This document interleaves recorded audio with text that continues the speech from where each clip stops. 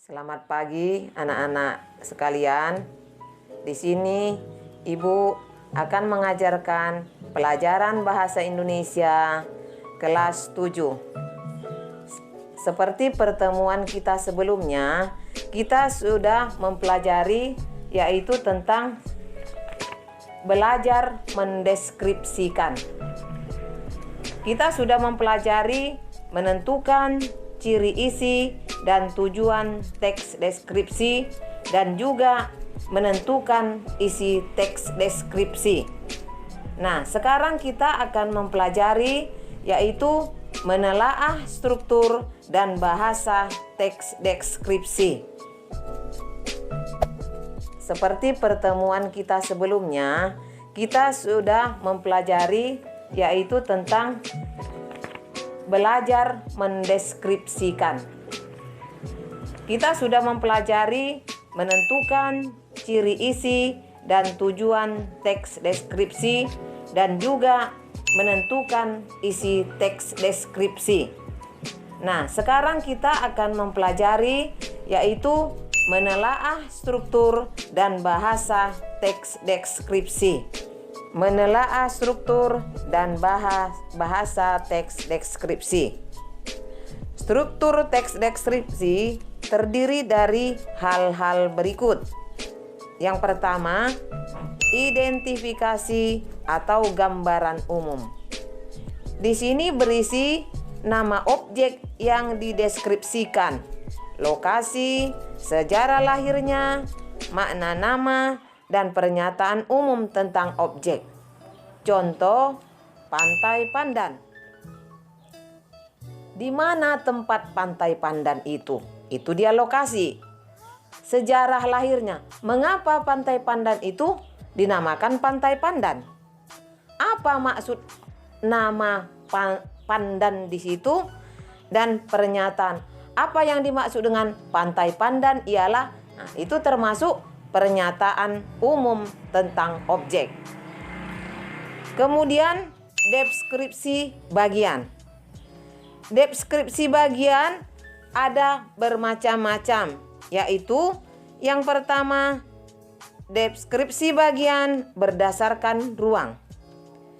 Ini berisi perincian bagian-bagian ruang objek yang dideskripsikan. Misalnya, penulis mendeskripsikan bagian pintu masuk, bagian tengah, bagian belakang. Nah, kalau anak-anak didik kami mau menceritakan tentang Pantai Pandan, dari segi mau masuk ke dalam pantai, bisa. Dari mana kita masuk? Dari situ mulai kita ceritakan, itu namanya deskripsi bagian berdasarkan ruang. Kemudian, deskripsi bagian berdasarkan anggota bagian-bagian objek.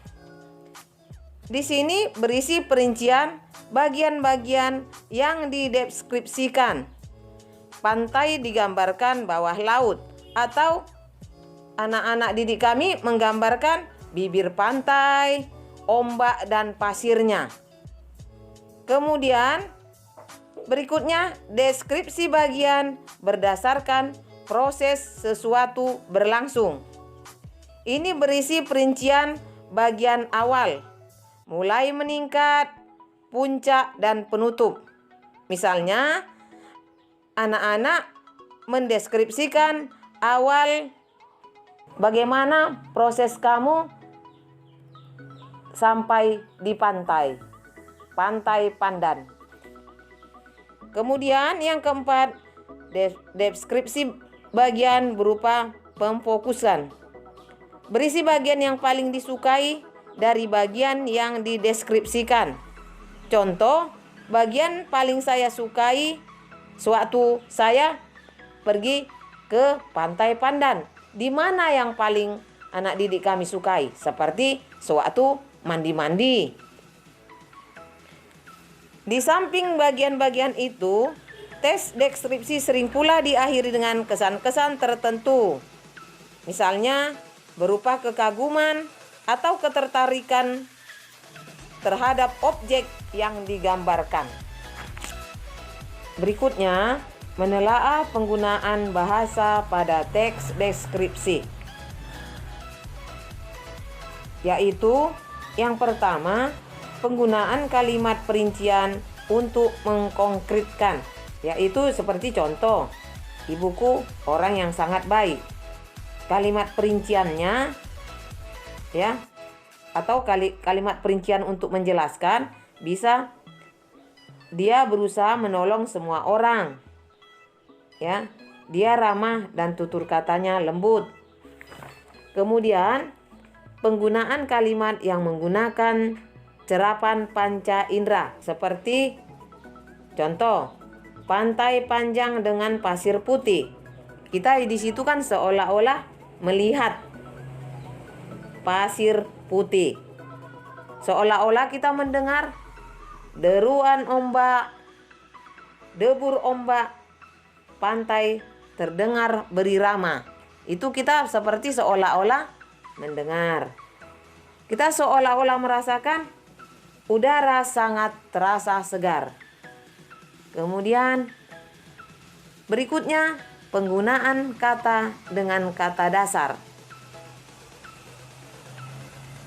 Ini penggunaan dengan kata berimbuhan pada teks deskripsi. Contoh, Budi memprakarsai cinta Indonesia dengan cara menuliskan keindahannya. Bisa kita telaah penulisan kata me tambah prakarsa. Jadi fonem P tidak luluh karena setelah awalan me diikuti dengan kata dasar yang diawali dengan PR yang merupakan kluster.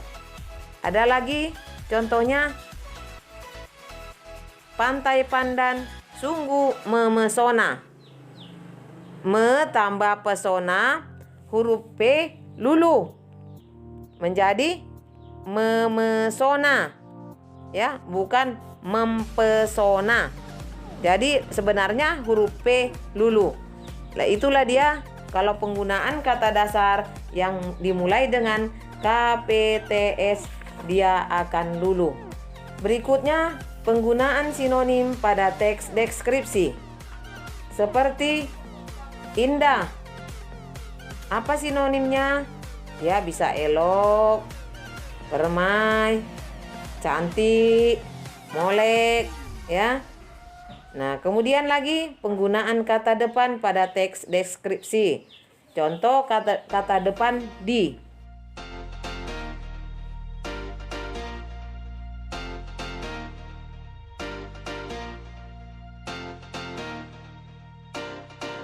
Sekianlah pelajaran kita pada hari ini. Mudah-mudahan anak-anak dapat memahami dan dalam keadaan seperti ini mudah-mudahan tetap semangat belajar. Terima kasih. Selamat pagi.